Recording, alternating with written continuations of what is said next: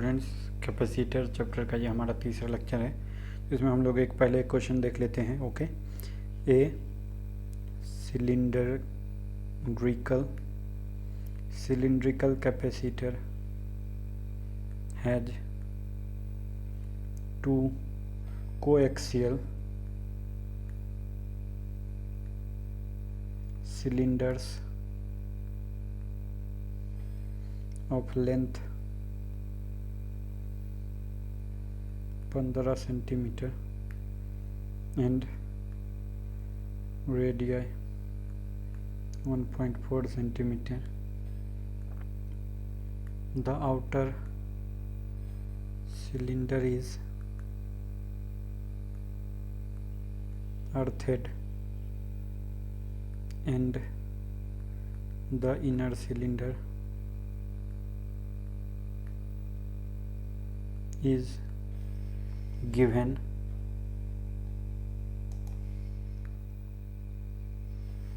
a charge of 3.5 microcoulomb. Determine the capacitance of the system and the potential of the inner cylinder.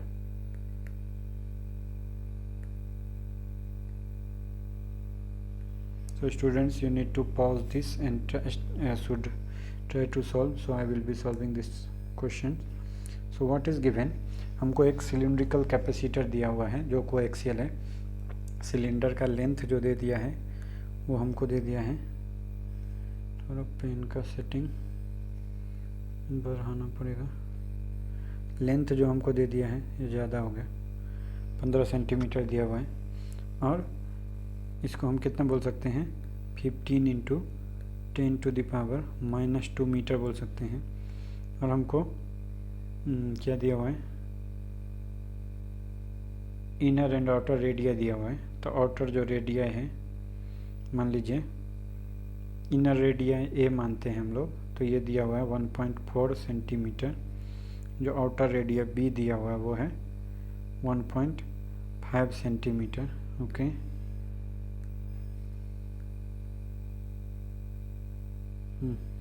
तो क्या और क्या दिया हुआ हमको, चार्ज का जो मान Q दे दिया है वो है 3.5 माइक्रोकूलम के बराबर। हमको पूछा क्या है, हमको कैपेसिटेंस पूछा है। इसको हम लिख सकते हैं 3.5 × 10⁻⁻6 कूलम। इसको हम लिख सकते हैं 1.4 × 10⁻² मीटर। इसको हम लिख सकते हैं 1.5 × 10⁻² मीटर।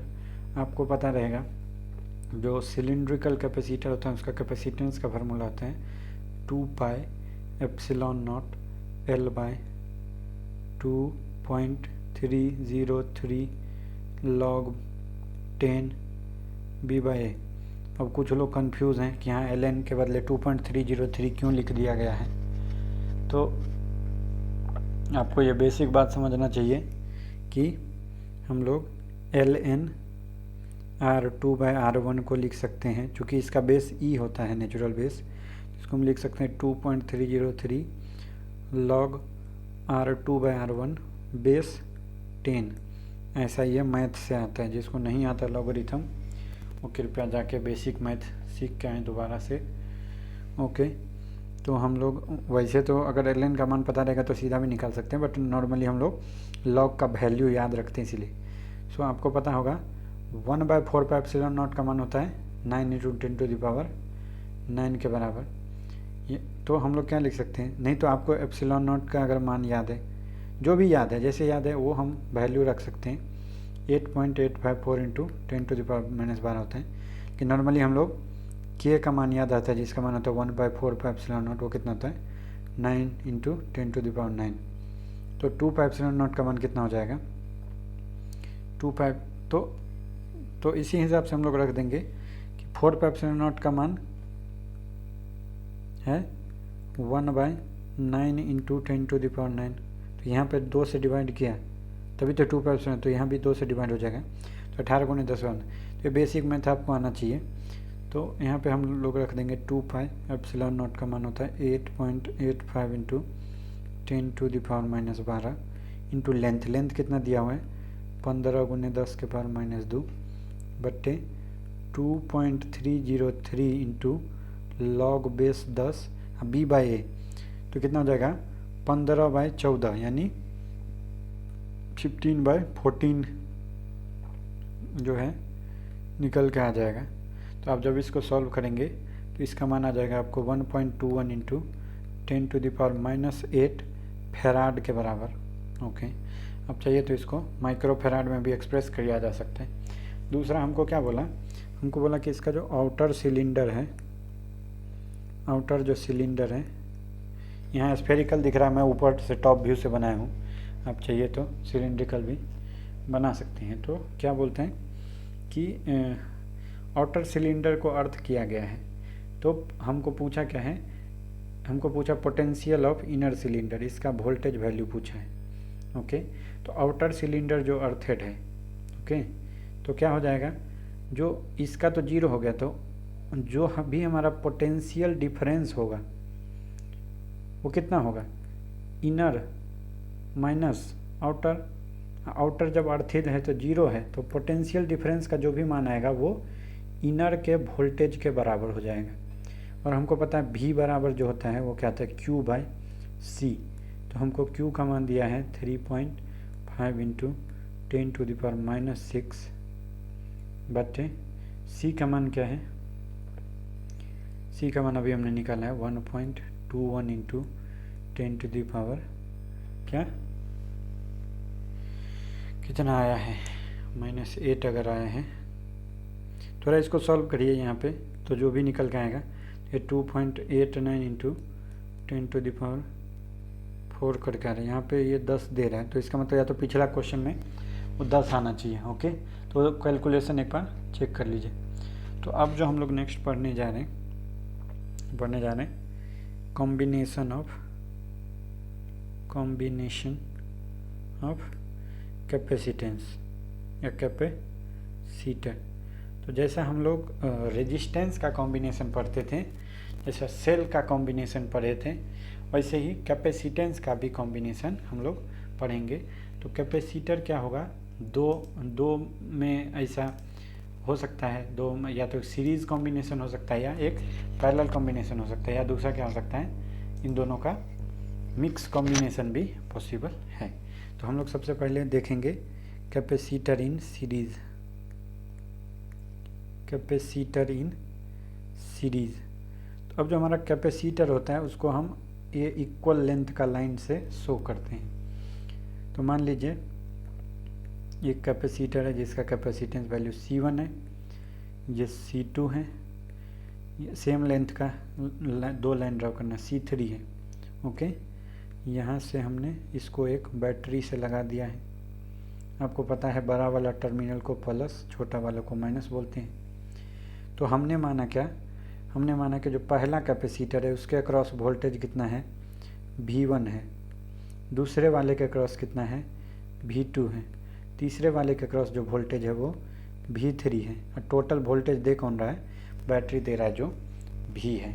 तो हम लोग जब कैपेसिटर इन सीरीज़ देखेंगे, कॉम्बिनेशन ऑफ कैपेसिटर में सीरीज़ कॉम्बिनेशन, तो इसमें क्या हो रहा है, अब देखिए, तो इसमें अगर हमारा बैटरी से कुछ चार्ज निकल के जाता है तो चार्ज के फ्लो के लिए ओनली वन पाथ है, ओनली वन पाथ है।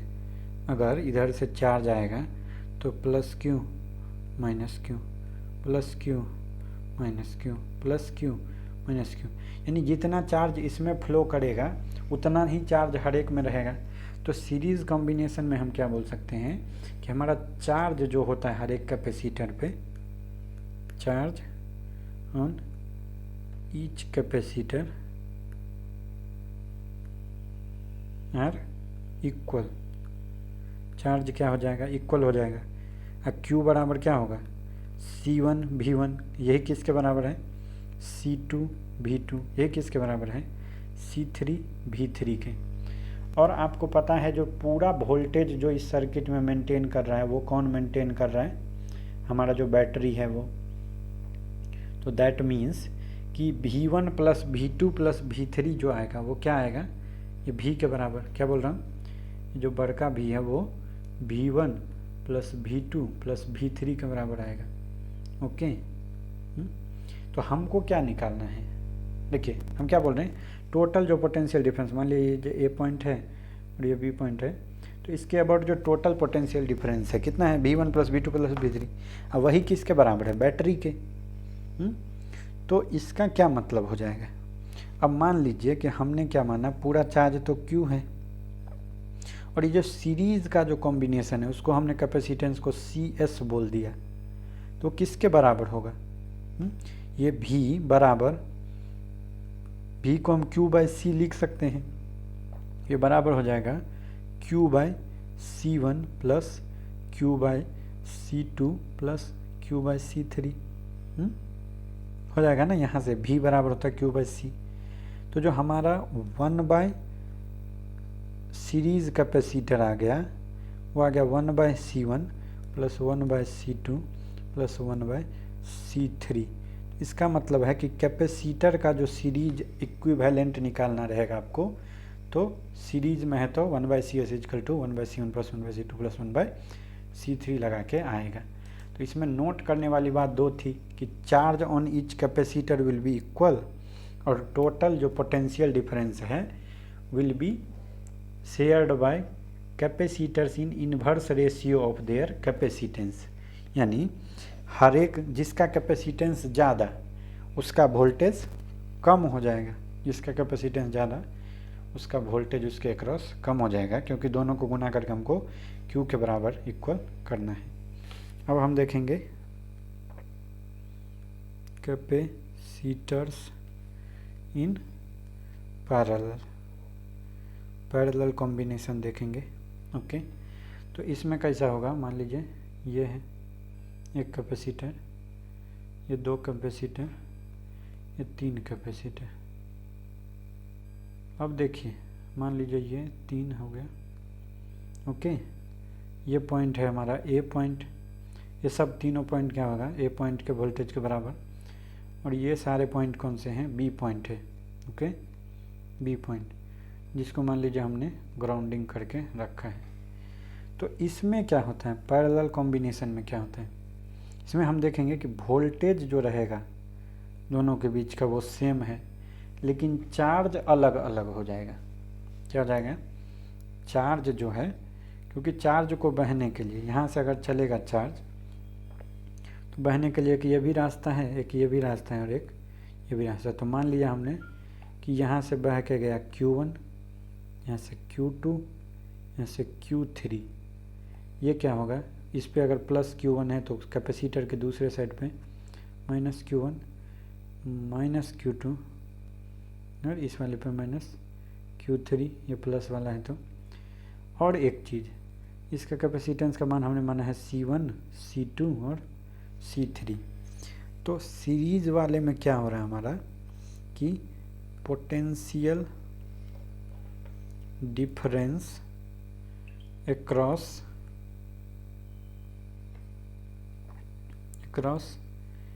ईच कैपेसिटर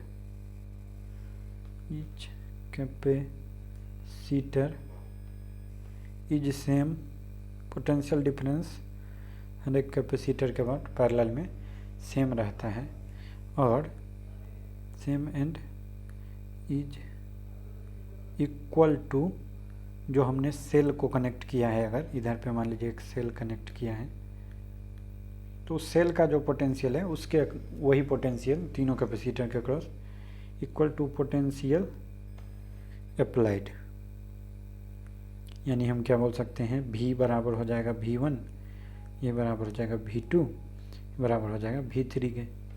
नहीं, क्या बोल सकते हैं, V1 बराबर होगा Q1 by C1, Q2 by C2, Q3 by C3 के, इसी को बोल देंगे V।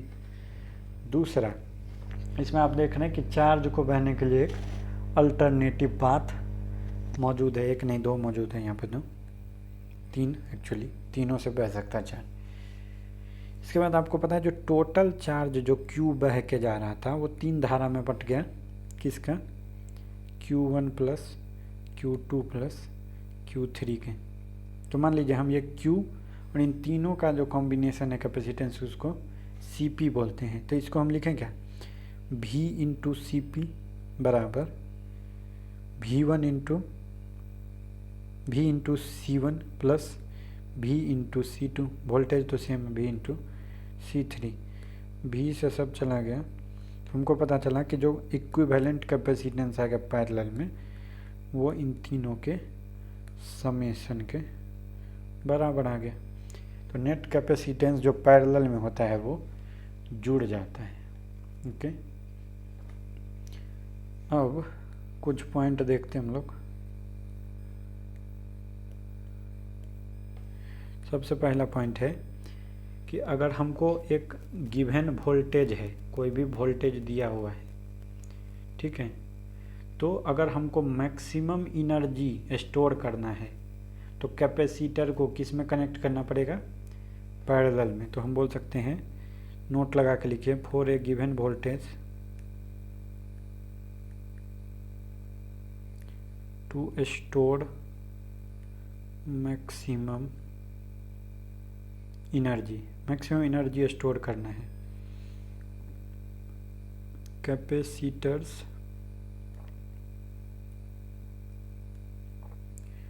Should be connected in parallel. इनको पैरेलल में कनेक्ट करेंगे तो हम मैक्सिमम एनर्जी इसमें स्टोर कर सकते हैं। ओके, अब देखिए पॉइंट है कि if n identical capacitors, n 2 identical capacitors हैं, ईच हैविंग ब्रेकडाउन वोल्टेज, यानी ऐसा वोल्टेज जिस पे कैपेसिटर फेल हो जाएगा। मान लीजिए हर एक capacitor n numbers of capacitor available है और हर एक कैपेसिटर का ब्रेकडाउन वोल्टेज भी है, आर ज्वाइंड इन। अगर इनको हमने सीरीज में ज्वाइन किया, n को सीरीज, तो क्या होगा, ब्रेकडाउन वोल्टेज जो हो जाएगा भी, वोल्टेज किसका, ये सीरीज कॉम्बिनेशन का, ऑफ कॉम्बिनेशन COMBINA दिया हुआ है, इज इक्वल टू NV हो जाएगा। अभी जो नया ब्रेकडाउन वोल्टेज हो जाएगा वो NV हो जाएगा। अगर इनको पैरेलल में रखते हैं तो ब्रेकडाउन वोल्टेज जो है कॉम्बिनेशन का अभी भी कितना ही रहेगा, सेम भी ही रहेगा। ओके, एक और पॉइंट देखें, बोलता है कि दो कैपेसिटर को हमने सीरीज में जोड़ दिया बैटरी के साथ, अभी बैटरी को हटा के ओके और वायर को जोड़ दिया साथ में, तो फाइनल जो चार्ज रहेगा, ओके, बैटरी हटा दिया और लूज वायर कनेक्ट कर दिया दोनों के बीच में, तो फाइनल चार्ज जो होगा दोनों कैपेसिटर पे वो 0 हो जाएगा।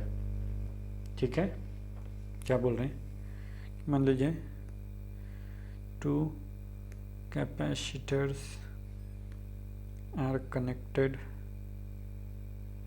in series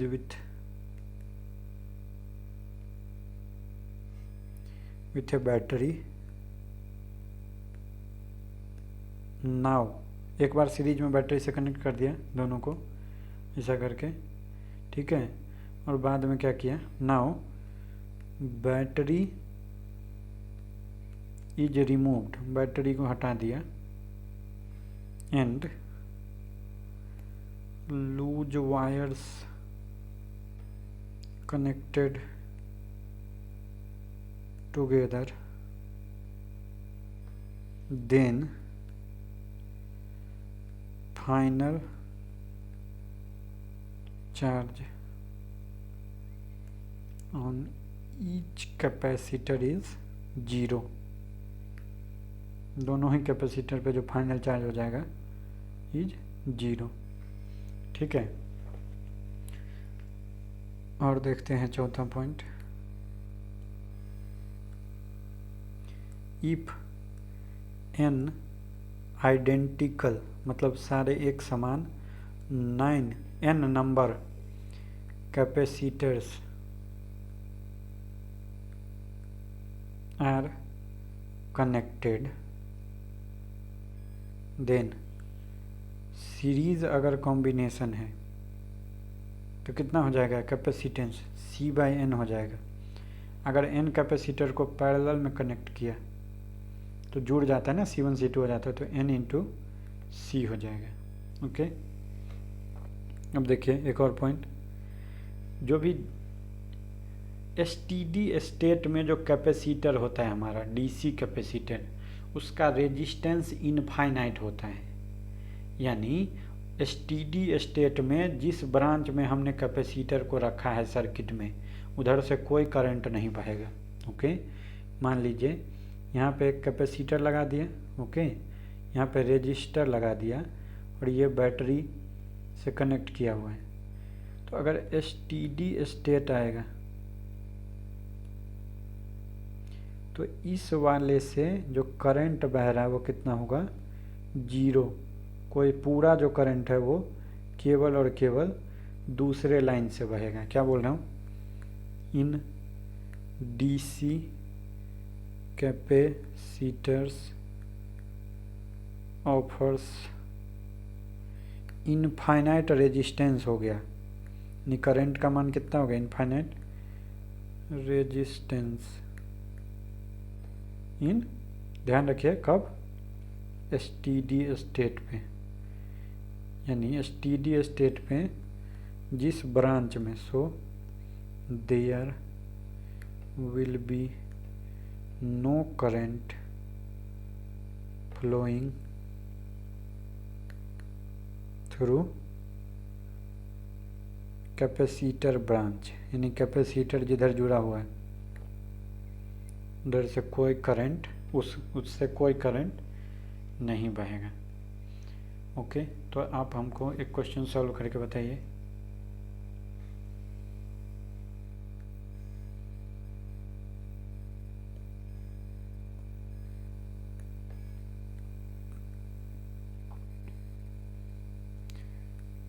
capacitor C2C 4C ऐसे करके इन्फिनिटी तक are connected in parallel. What will be there effective capacitance. तो आपको पता है इफेक्टिव कैपेसिटेंस कैसे निकालेंगे, किस कॉम्बिनेशन में है, पैरेलल में है। तो सी पैरेलल बराबर क्या होता है, C1 plus C2 plus C3 plus ऐसे करके इन्फिनिटी तक। तो हमको क्या दिया हुआ है, C plus 2C plus 4C ऐसे करके हमको दिया है इन्फिनिटी। इसको इन्फिनिटी मतलब कि इसको CN लिखिए। ओके, तो आप क्लियर देख रहे हैं कि सब में C है तो C कॉमन आ जाएगा, अंदर बचेगा 1 प्लस 2 प्लस 4 प्लस ऐसे करके इन्फिनिटी। और ये क्या है, ये क्या है, इनफाइनाइट है। तो इनफाइनाइट को जोड़ेंगे तो कितना हो जाएगा ये, कितना हो जाएगा,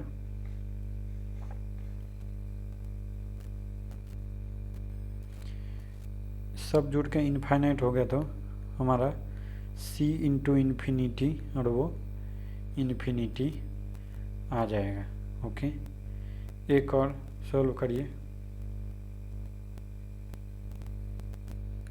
क्वेश्चन है an infinite number of capacitor of capacitance C 4C 16C ऐसे करके infinity are connected in parallel, connected in series, then what will be their resultant capacitance?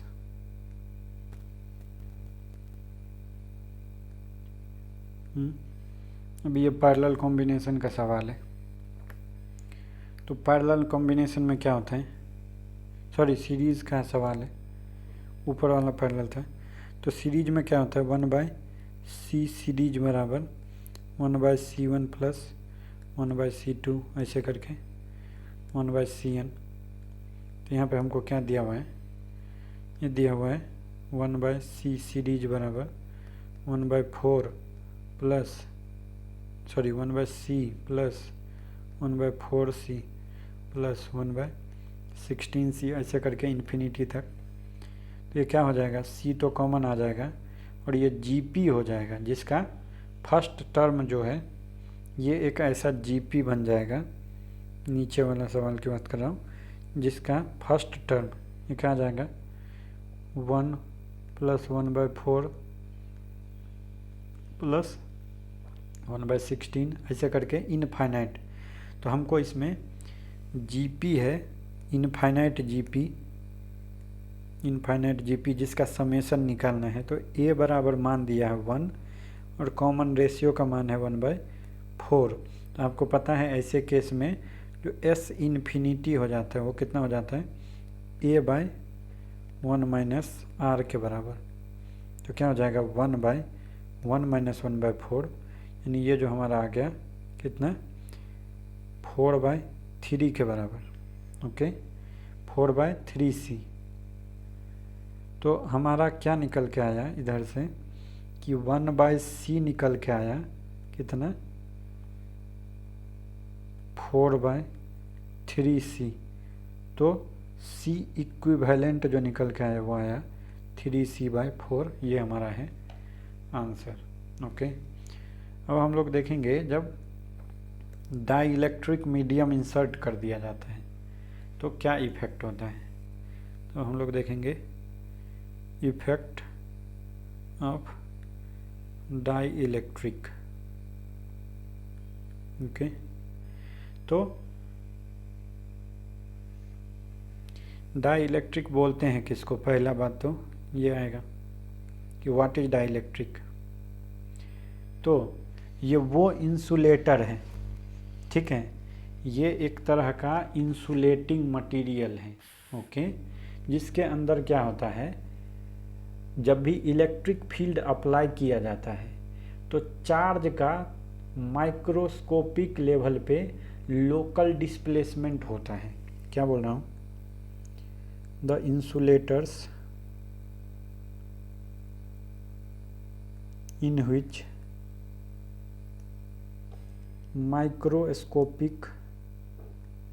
Microscopic मतलब मोलिकुलर लेवल पे लोकल डिस्प्लेसमेंट ऑफ चार्ज। अब बताइए charge का displacement होना current होता नहीं होता है, और आपको पता है इंसुलेटर में करंट नहीं बहता है, लेकिन डाई इलेक्ट्रिक ऐसा मटेरियल है जो पहले तो होता तो इंसुलेटर है, लेकिन जैसे इलेक्ट्रिक फील्ड इस पे अप्लाई करते हैं charge takes place in presence of electric field, presence of electric field. हमको पता है कि इंसुलेटर वो मटेरियल होता है जिसमें चार्ज का फ्लो या इलेक्ट्रॉन का फ्लो नहीं होता है। अब डाई इलेक्ट्रिक को हम इंसुलेटर बोल रहे हैं, लेकिन बोल रहे हैं ये स्पेशल टाइप का मटेरियल है कि इस पर जैसे इलेक्ट्रिक फील्ड अप्लाई होता है तो माइक्रोस्कोपिक लेवल पे, क्या बोल रहा हूँ, माइक्रोस्कोपिक लेवल पे चार्ज का लोकल डिस्प्लेसमेंट होता है, फ्लो नहीं होता है, उसी में थोड़ा थोड़ा लोकल डिस्प्लेसमेंट होता है। अब लिखिए कि dielectrics are non conductors. ये नॉन कंडक्टर होता है कब तक, up to a certain value of field, कुछ ही देर तक। अब फील्ड का मान एक से लिमिट से ज़्यादा हो गया तो कंडक्टर बन जाता है, ठीक है। If the field exceeds this limiting value, field का मान अगर उसके लिमिटिंग वैल्यू से बढ़ जाता है, लिमिटिंग वैल्यू, और इस लिमिटिंग वैल्यू को जो बोलते हैं हम लोग, वो बोलते हैं डाइलेक्ट्रिक का स्ट्रेंथ, डाइलेक्ट्रिक स्ट्रेंथ। तो अगर किसी डाइलेक्ट्रिक के उसके डाइलेक्ट्रिक स्ट्रेंथ से ज़्यादा फील्ड लगा देंगे तो उसमें करंट बहना शुरू हो जाएगा। They lose their insulating properties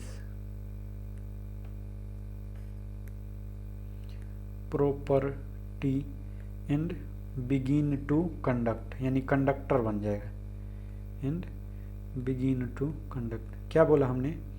देखिए, डाइलेक्ट्रिक का एक लिमिट होता है कि उसके अंदर अगर इलेक्ट्रिक फील्ड अप्लाई कर रहे हो तो वो ब्रेक डाउन नहीं होगा उसका।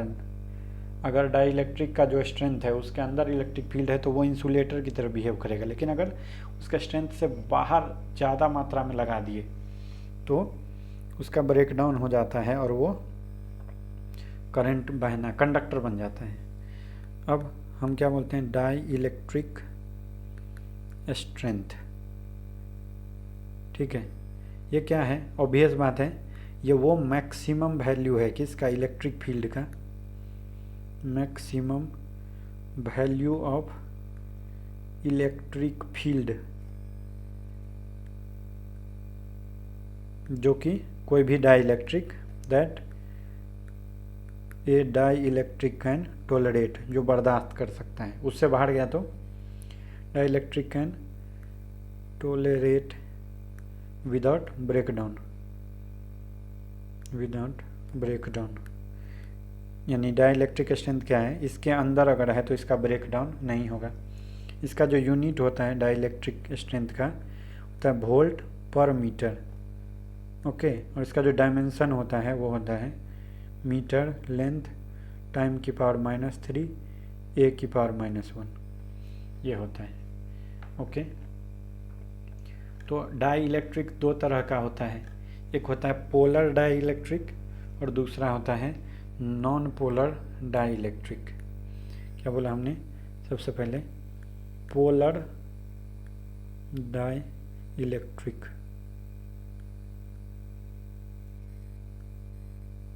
ओके। तो ये क्या होता है ना, जब भी एक्सटर्नल फील्ड अप्लाई नहीं किया रहेगा तो जो इसका जो पॉजिटिव और निगेटिव चार्ज का सेंटर है वो दोनों एक पॉइंट पे नहीं रहेगा। पोलर का क्या मतलब है? एक तरफ पॉजिटिव एक तरफ निगेटिव, ये दोनों एक ही पॉइंट पे नहीं रहेगा जब तक एक्सटर्नल फील्ड नहीं दिया। और ये क्यों होता है? क्योंकि ये एसिमेट्रिक होता है, इसका जो शेप ऑफ मॉलिक्यूल होता है वो एसिमेट्रिक होता है, ठीक है। और इसके पास डायपोल मोमेंट रहेगा। तो लिखिए, each molecule has permanent dipole moment. Dipole का मतलब होता है दो पोल, जैसा धरती का दो पोल है, नॉर्थ पोल साउथ पोल, तो एक तरफ पॉजिटिव एक तरफ निगेटिव, उसको बोलते हैं डायपोल, दो पोल। तो ऐसा टाइप का जो मॉलिक्यूल होगा वो एसिमेट्रिक रहेगा, क्योंकि सिमेट्रिक रहा तो पोलर डायपोल मोमेंट कैंसिल हो जाते हैं। लिखिए, इन एब्सेंस ऑफ एक्सटर्नल फील्ड अगर नहीं है तो the centres of positive and negative charge do not coincide, यानी एक पॉइंट पे नहीं रहेगा। निगेटिव चार्ज, पॉजिटिव और निगेटिव चार्ज जो है उसका सेंटर डू नॉट कोइंसाइड। ऐसा क्यों होता है? ड्यू टू एसिमेट्रिक, यानी ये सिमेट्रिक नहीं है, एसिमेट्रिक शेप ऑफ मोलिक्यूल्स। आपको पता होगा जो वाटर होता है वो पोलर होता है, एल्कोहल पोलर होता है। अब इसमें क्या होगा, लिखिए इन प्रेजेंस ऑफ एक्सटर्नल फील्ड,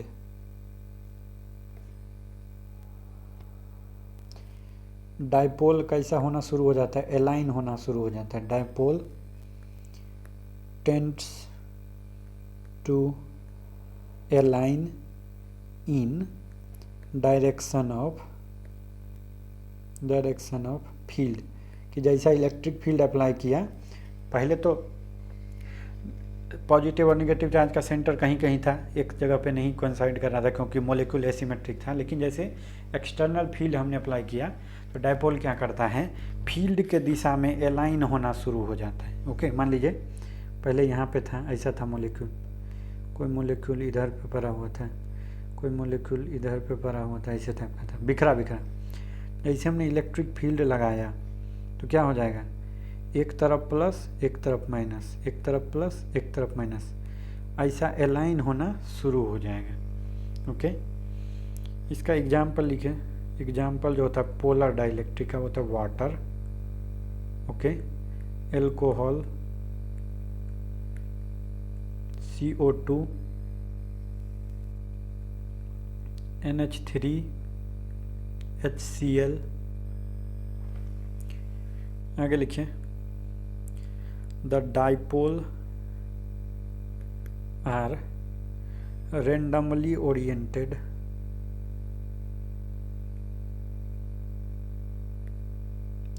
सो, एक दूसरे को क्या कर देगा, एवरेज निकालेंगे तो कैंसिल हो जाएगा। सो एवरेज, ये कब है, जब एक्सटर्नल फील्ड नहीं है। एवरेज डाइपोल मोमेंट जो आ गया, कोई इधर की तरफ घुमाए कोई उधर की तरफ घुमाए, एक दूसरे को कैंसिल कर दिया, तो average dipole moment per unit volume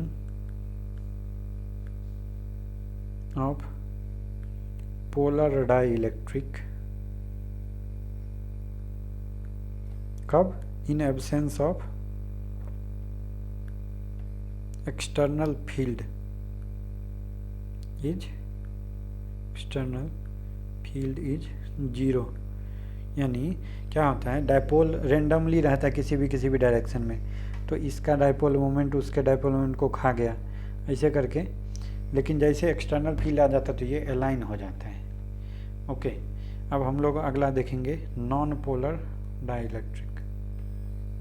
non polar dielectric क्या है इसका एग्जाम्पल, इसका एग्जाम्पल है नाइट्रोजन, ऑक्सीजन, बेंजीन, ये सब ना सिमेट्रिक मॉलिक्यूल रहेगा। मीथेन, ओके, तो क्या रहेगा, सबसे पहले लिखिए कि इन absence of external field the centre of positive and negative charge coincides, यानी एक जगह पे कोइंसाइड करेगा। क्यों, बिकॉज दीज एटम्स और मोलिक्यूल्स आर सिमेट्रिक हैं। ये लोग सिमेट्रिक है, इसलिए इसका पॉजिटिव और नेगेटिव सेंटर जो है कोइंसाइड करता है। Molecules are symmetric. दूसरा क्या होगा, डायपोल मोमेंट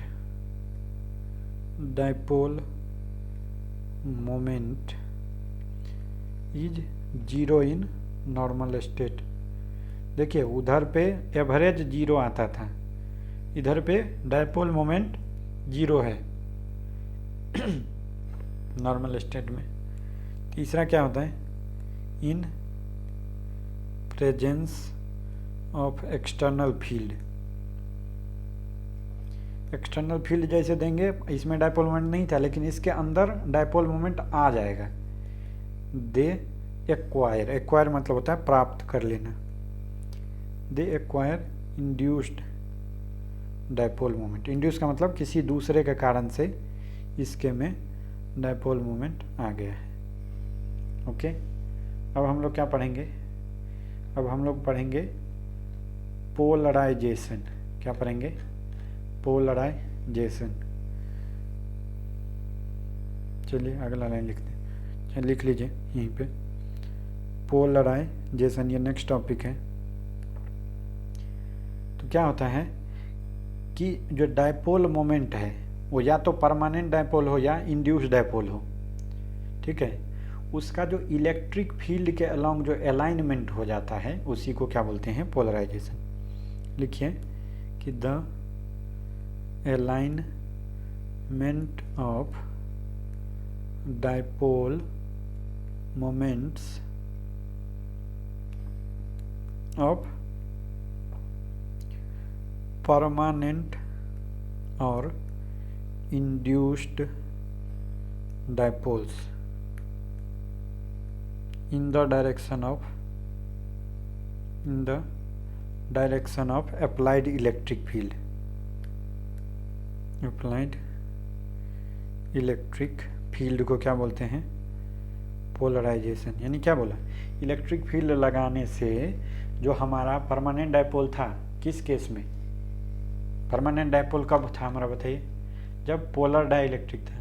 और इंड्यूस डायपोल कब आया था? जब नॉन पोलर डाइलेक्ट्रिक था। तो जो एक्सटर्नल फील्ड लगाने से जो इनके अंदर अलाइनमेंट आ जाता है उसको क्या बोल देते हैं हम लोग? पोलराइजेशन। ओके, तो हम लोग देखते हैं कि पोलराइजेशन वेक्टर, जिसको कि हम लोग P से दिखाते हैं, P वेक्टर से। ओके, तो ये क्या है? ये एक वेक्टर क्वांटिटी है, नाम से ही पता है, पोलराइजेशन वेक्टर वेक्टर क्वांटिटी है। और इस क्या चीज़ को डिस्क्राइब करता है? ये डिस्क्राइब करता है कि extent to which molecules of dielectric, यानी हमारा जो डाइलेक्ट्रिक मटेरियल था उसका जो मोलेक्यूल है वो कितना एक्सटेंट तक, कितना हद तक क्या हो गया है? अलाइन हो गया है, पोलराइज हो गया है। पोलराइज बाय किसके कारण? By an electric field. Polarise होना मतलब ओरिएंटेड हो जाना, ठीक है। तो जो ये P वेक्टर है ये क्या है? The dipole moment per unit volume of dielectric. ये किसके बराबर होगा? ये होगा number of atom per unit volume गुने डाइपोल मोमेंट ऑफ एक एटम। एन क्या दिया हुआ है?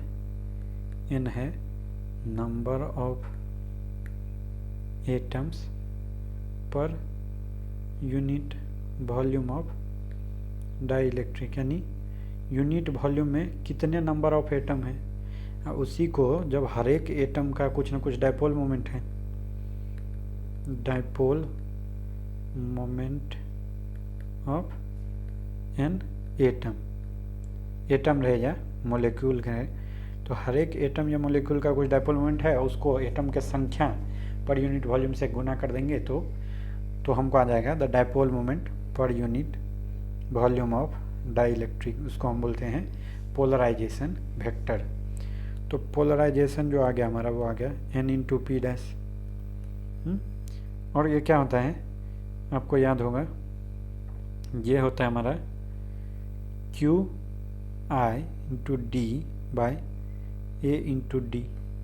D से D कट गया, D क्या है? दूरी दोनों के बीच में, चार याद होगा, प्लस और माइनस चार्ज के बीच में, तो QI/A। और Q/A को हम लोग सरफेस चार्ज डेंसिटी भी बोल देते हैं, बोलते नहीं बोलते? तो क्या होता है? इंड्यूस्ड Q/A सरफेस, सिग्मा तो होता था सरफेस चार्ज डेंसिटी, इसका जो यूनिट होगा वो होगा कूलाम पर मीटर स्क्वायर, क्योंकि Q/A a के बराबर है और इसका जो डायमेंशन आता है वो आता है l की पावर -2 t की पावर 1 a की पावर 1। अब देखिए इससे आगे हम लोग अगले लेक्चर में पढ़ेंगे।